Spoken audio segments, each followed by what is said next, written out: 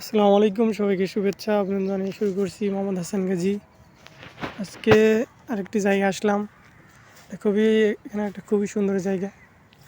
এটা আসলে এমন একটা জায়গা, এখানে একটা বড় পুকুর আছে এবং পুকুর শান এবং আশেপাশে খুবই সুন্দর একটা দৃশ্য এবং সূর্য অস্ত যাওয়া এবং একটা ফাঁকা জায়গা। আসলে আমি সবসময় ফাঁকা জায়গায় ঘুরতে পছন্দ করি এবং প্রকৃতির একটা সৌন্দর্য উপভোগ করার চেষ্টা করি।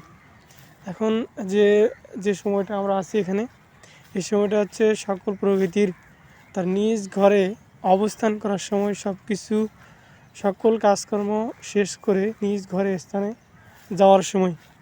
তেমনইভাবে কিন্তু আসলে পাখি এবং অন্য প্রাণীগুলো কিন্তু ঠিক তেমনই কাজ করে থাকে। আমরা দেখছি এখানে অনেকগুলো পাখি আছে, শালিক এবং বিভিন্ন ধরনের কাক, বিভিন্ন ধরনের জাতের পাখি কিন্তু এখানে অবস্থান করছে।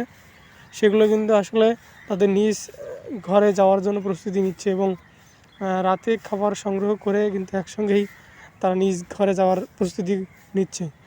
এবং এটি কিন্তু খুবই একটা সুন্দর জায়গা এবং আশেপাশে একটা বড় পুকুর আছে। পুকুর সামনে বসলে কিন্তু আসলে মনটাকে শান্ত করা যাবে এবং সব কিছু একটু উপভোগ করা যাবে।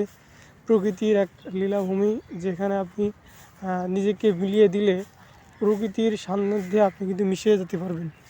সেজন্যই কিন্তু আসলে আমি সবসময় ফাঁকা জায়গায় ঘুরতে পছন্দ করি এবং ফাঁকা জায়গায় একলা ঘুরে আসি।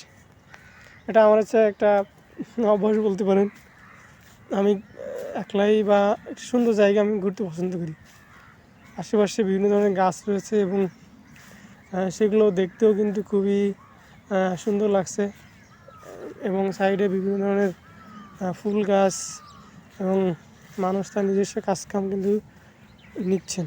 এটাও কিন্তু একটা ফুটবল মাঠ, আসলে একটা ছোটো একটা ফুটবল মাঠ, যেখানে সব কিছুই আসলে সুন্দর মতোই চলে এবং দেখা যায় যে সব কিছু একটা নির্দিষ্ট অবস্থান থাকে, সেটাই কিন্তু আসলে খুবই ভালো লাগা।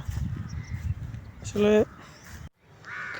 সূর্য অস্ত গেলে আসলে আকাশটা খুবই সুন্দর দেখায় এবং তেমনই কিন্তু দৃশ্য দেখছি। এটাই হচ্ছে সেই সূর্য অস্ত যাওয়া, যা গাছের নিচে তার আলোটাকে, তার মুখটা কিন্তু ঢেকে রেখেছেন এবং আসলে এদিক দিয়ে কিন্তু খুবই সুন্দর লাগছে। আমরা কিছুদিন আগে দেখছিলাম যে পুকুরটাতে মাছ চাষের কাজ চলছিল বা মাছ মারার কাজ চলছিল চাষ। এখন সেখানে কিন্তু